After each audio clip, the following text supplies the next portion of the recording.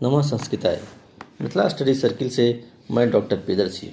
मित्रों, अब तक हमने व्याकरण के महत्व के संबंध में जानकारी प्राप्त किया।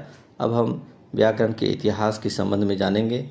साथ ही ये जानेंगे कि व्याकरण के आदि प्रवक्ता कौन हैं और अब तक जो हम तक व्याकरण का ज्ञान पहुंचा है वह कैसे, किन मार्ग से, किस लोगों के माध्यम से आया, उसके संबंध में जानकारी प्राप्त करेंगे। आइए हम देखते हैं कि संस्कृत व्याकरण के जो आदि प्रवक्ता हैं वे कौन हैं। संस्कृत व्याकरण की परंपरा अत्यंत प्राचीन है।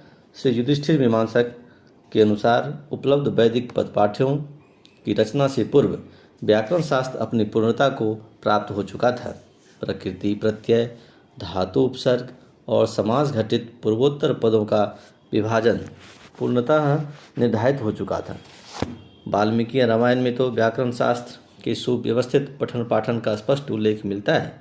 अब देखिए, जब वाल्मीकिकृत रामायण में स्पष्ट उल्लेख है कि व्याकरण शास्त्र का सुव्यवस्थित पठन पाठन होता था, तो हम इसकी प्राचीनता के संबंध में अनुमान लगा ही सकते हैं।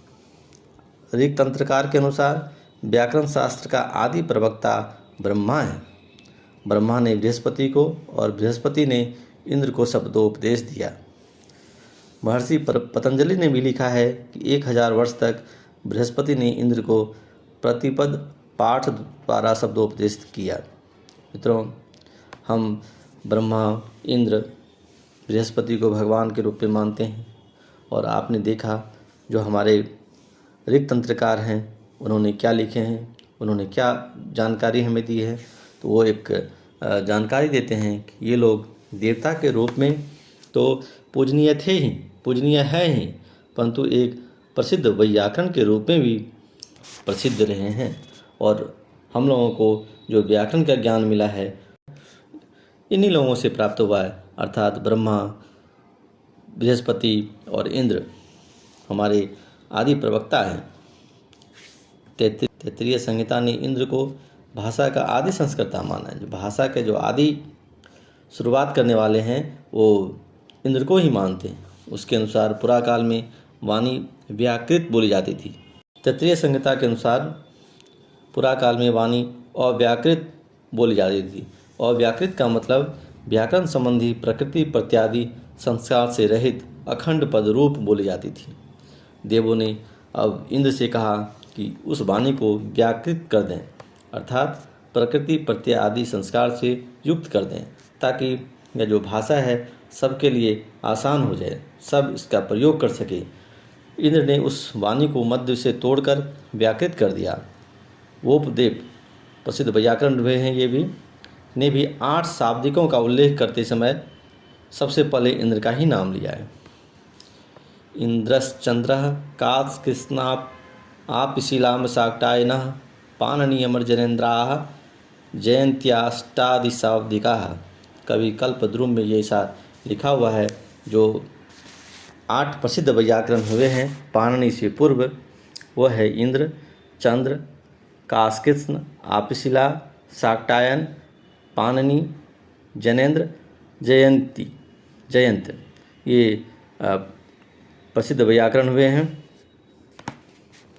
श्री युधिष्ठिर मीमांसक ने इंद्र का काल 8500 विक्रम पूर्व माना है। संप्रति इंद्र से जो संबंधित व्याकरण है उसको ऐन्द्र व्याकरण कहते हैं, उपलब्ध नहीं होता है, किंतु उसका उल्लेख अनेक ग्रंथों में मिलता है। 2 ग्रंथों में तो उसके 2 सूत्रों का भी उल्लेख है, जिससे पता चलता है कि अपने समय में ऐन्द्र व्याकरण काफ़ी संपन्न रहा होगा। मित्रों, ये जो प्रसिद्ध व्याकरण है इसकी जानकारी जो हमें प्राप्त होती है उनका कोई ग्रंथ अब हमारे पास उपलब्ध नहीं है, परंतु उन्होंने जो कुछ बात कही है, जो कुछ सूत्रात्मक शैली में कुछ सूत्र लिखे हैं व्याकरण के संदर्भ में, वह जहाँ तहाँ प्राप्त होता है। बाद के व्याकरणों ने उनका उल्लेख अपने ग्रंथों में किया है और इसी के आधार पर हम इस निष्कर्ष पर पहुँचते हैं कि पहले के ये प्रसिद्ध व्याकरण रहे हैं। पाणिनि के पूर्ववर्ती आचार्य, आइए इस संबंध में हम लोग फिर से एक बार नज़र दौड़ाते हैं। इंद्र से लेकर महर्षि पाणिनि तक अनेक वैयाकरण हुए, जिनमें से कुछ का निर्देश प्रातिशाख्य आदि प्राचीन ग्रंथों में मिलता है। श्री युधिष्ठिर मीमांसक ने पाणिनि के पूर्ववर्ती 80 व्याकरणाचार्यों का उल्लेख किया है। युधिष्ठिर मीमांसक प्रसिद्ध व्याकरण है और उन्होंने व्याकरण शास्त्र का इतिहास लिखा है और ये कहते हैं कि पाणिनि के पहले 80 व्याकरण के आचार्य हुए हैं और इसका उल्लेख कहीं न कहीं है।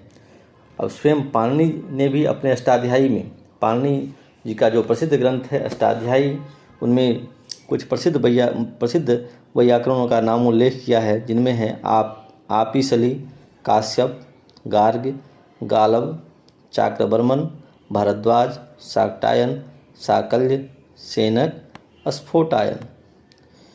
इन 10 शाब्दिकों का उल्लेख किया है। शाब्दिक का मतलब वैयाकरण से है। व्याकरण को जानने वाले को वैयाकरण कहते हैं। किंतु संप्रति इन सभी आचार्यों में से किसी का भी व्याकरण पूर्ण रूपेण प्राप्त नहीं होता, उनका केवल उल्लेख मात्र ही मिलता है। सबसे पहला पूर्ण व्याकरण हमें महर्षि पाणिनि का ही उपलब्ध होता है। तो मित्रों, ये है आपका पाणिनि से पहले के जो व्याकरण आचार्य हुए हैं, वे उनका नामोल्लेख और उनके संबंध में जो हमें जानकारी प्राप्त होती है, उनका जो प्रसिद्ध स्रोत है हमारे पास, वह अष्टाध्यायी ही है।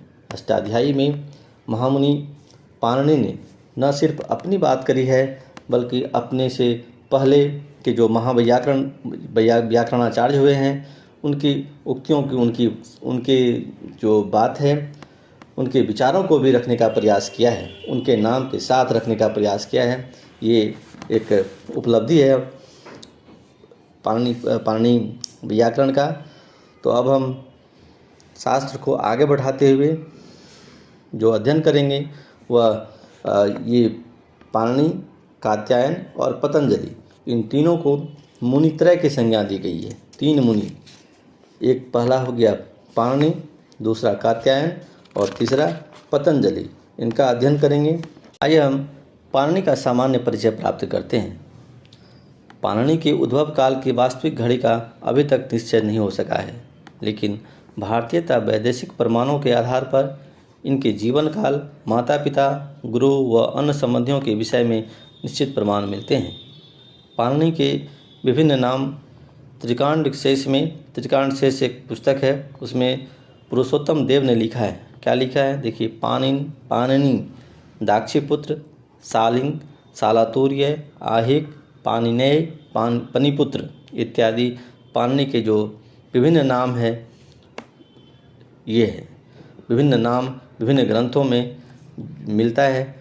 इस संबंध में पुरुषोत्तम देव ने त्रिकांड शेष में बातें लिखी है। आइए हम जानें पाणिनि का काल, पाणिनि का समय कब का है। तो अधिसंख्यक विद्वान 500 ईसा पूर्व पाणिनि का काल निर्धारित करते हैं। इसके अलावा विभिन्न विद्वानों ने इसका अपने अपने ढंग से काल निर्धारित करने का प्रयास किया है। मैक्स मूलर जी 350 ईस्वी पूर्व मानते हैं। गोल्डस्टूकर तथा रामकृष्ण भंडारकर 700 से 600 ईसा पूर्व मानते हैं। और विदेशी विद्वान 7वीं शताब्दी ईस्वी पूर्व से 4वीं शताब्दी ईस्वी पूर्व के मध्य मानते हैं। अब आइए इनके निवास स्थान के संबंध में जानकारी प्राप्त करें। सालातूर या उद्भांड नामक प्रसिद्ध स्थान से 2 कोस के भीतर लाहौर ग्राम से प्राप्त है। यह लाहौर ग्राम वही गांव है जिसके नाम पर आज लाहौर पड़ा है और जो पाकिस्तान में है। पाणिनि का निवास वहीं माना जाता है। पाणिनि के माता पिता कौन थे? तो पंडित युधिष्ठिर मीमांसक ने पाणिनि के पिता की संज्ञा पनिन को दी है। पनिन को ही पाणिनि के पिता के रूप में बताया है। और पतंजलि महाभाष्य सूत्र के अनुसार दाक्षी उनकी माता है, अर्थात पाणिनि की जो माता है, माता के रूप में दाक्षी का नाम प्राप्त होता है। पाणिनि के गुरु तो कथा सहित सागर उस प्राचीन इतिहास को जानने का एक प्रमुख स्रोत है। और इसमें कथा सहित सागर के चतुर्थ तरंग में उपवर्ष या इसी को वर्ष भी कहा जाता था, उपवर्ष या वर्ष को पाणिनि के गुरु के नाम के रूप में याद किया है। देखिए, उस समय में, प्राचीन समय में, कोई भी विद्वान माता पिता के नाम के साथ साथ अपने गुरु के नाम से भी जाना जाता था।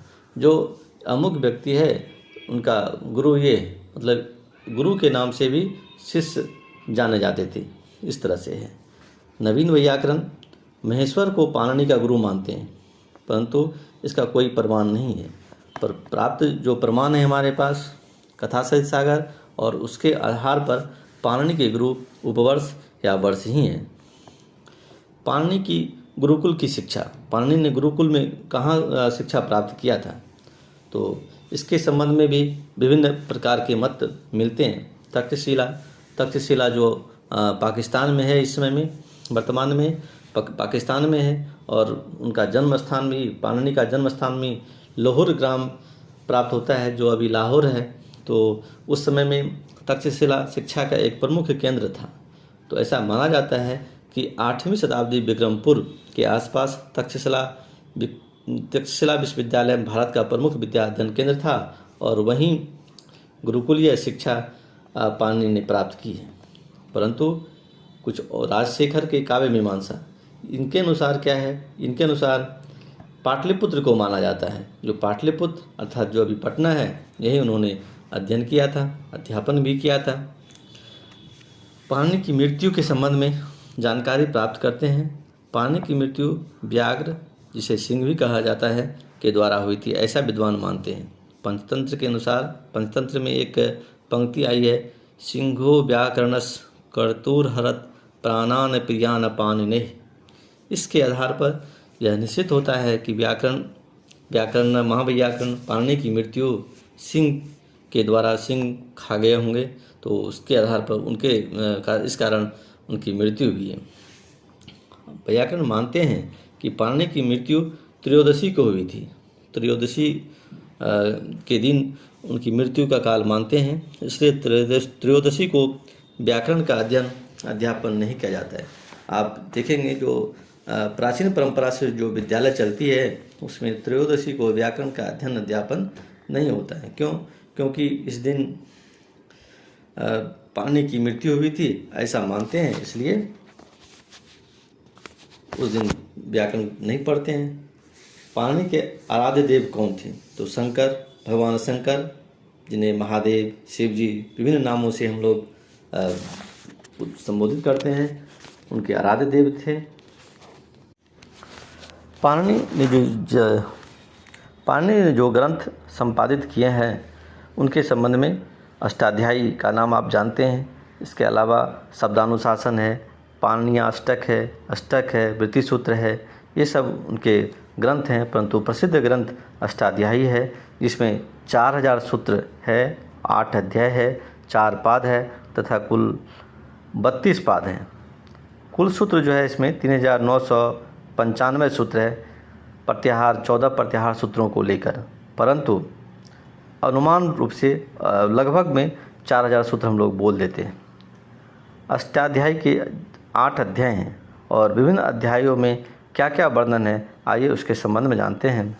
तो प्रथम अध्याय में संज्ञा और परिभाषा का वर्णन है। दूसरे अध्याय में समास और कारक का वर्णन है। तीसरे अध्याय में कृदंत प्रकरण है। चतुर्थ और पंचम अध्याय में तद्धित प्रत्यय का अध्ययन किया गया है। षष्ठ और सप्तम में तिगंत सुप प्रत्यय संधि का अध्ययन है। अष्टम में संधि कृदंत प्रत्यय, मतलब कृदंत प्रत्यय 2 जगह है, एक तृतीय अध्याय में भी और अष्टम अध्याय में भी। पाणिनि ने संपूर्ण अष्टाध्यायी संहिता पाठ में लिखी थी। महाभाष्य से जानकारी प्राप्त होती है, जो संपूर्ण अष्टाध्यायी संहिता पाठ में रची गई थी। पाणिनि ने अपनी व्याकरण की पूर्ति के लिए, तो वह सूत्र पाठ, उनादि सूत्र, लिंगानुशासन, धातु पाठ, गण पाठ, मतलब ये अलग अलग ग्रंथ का सृजन हुआ पाणिनि मुनि के द्वारा, ताकि लोग अष्टाध्यायी को समझ सके। इसे पंचपाठी या पंचांग व्याकरण भी कहते हैं। ये जो 5 अलग से ग्रंथ लिखे गए हैं व्याकरण, पाणिनि के जो ग्रंथ है अष्टाध्यायी के अध्ययन में सुविधा के लिए, सूत्र पाठ, उनादि सूत्र, लिंगानुशासन, धातु पाठ, गण पाठ, इसी को इन पांचों को मिलाकर पंचपाठी या पंचांग व्याकरण भी कहते हैं। ये ग्रंथ पाणिनीय शब्दानुशासन के प्रशिष्ट हैं। शब्दोच्चारण के परिज्ञान के लिए एक छोटा सा सूत्रात्मक शिक्षा ग्रंथ पाणिनि ने बताया है, उनका नाम है पाणिनीय शिक्षा। स्वामी दयानंद द्वारा पाणिनि की मूल शिक्षा ग्रंथ का पुनरुद्धार कर इसे वर्णोच्चारण शिक्षा के नाम से प्रकाशित किया जा चुका है। स्वामी दयानंद के संबंध में आप जानते होंगे, इन्होंने हमारा जो सनातन धर्म है इसमें उद्धार के लिए, इसके समुद्धार के लिए बहुत सारा प्रयास किए। आर्य समाज उन्हीं की देन है और उन्होंने वेद को सुलभ बनाने का प्रयास किया। वेद जो संस्कृत भाषा में लिखी हुई है उसे हम सामान्य लोगों के अध्ययन के लिए सुविधाजनक हो जाए, इसलिए उसका हिंदी रूपांतरण कर प्रस्तुत किए और फिर ये वर्णोच्चारण शिक्षा के नाम से प्रकाशित किया। पाणिनि का जो ग्रंथ है शिक्षा ग्रंथ, इसे अष्टाध्यायी के समान पाणिनीय शिक्षा सूत्रों से भी 2 पाठ हैं, लघु पाठ और वृद्ध पाठ। इसके अन्य ग्रंथ हैं, पाणिनि मुनि के द्वारा जो रचित अन्य ग्रंथ हैं वो है जामवती विजय, पाताल विजय जो 18 सर्गों में विभक्त है। श्री कृष्ण व जामवती की परिणय कथा इसमें जामवती विजय में या वर्णित है। संस्कृत साहित्य का प्रथम महाकाव्य है। महाकाव्य की जो परंपरा प्रारंभ हुई तो उसमें पहला महाकाव्य यही जामवती विजय प्राप्त होता है। तो मित्रों, ये था त्रिमुनि व्याकरण के पहले महावैयाकरण पाणिनि का सामान्य परिचय। शेष पतंजलि और कात्यायन का अध्ययन हम अगले वीडियो में करेंगे। तब तक के लिए धन्यवाद।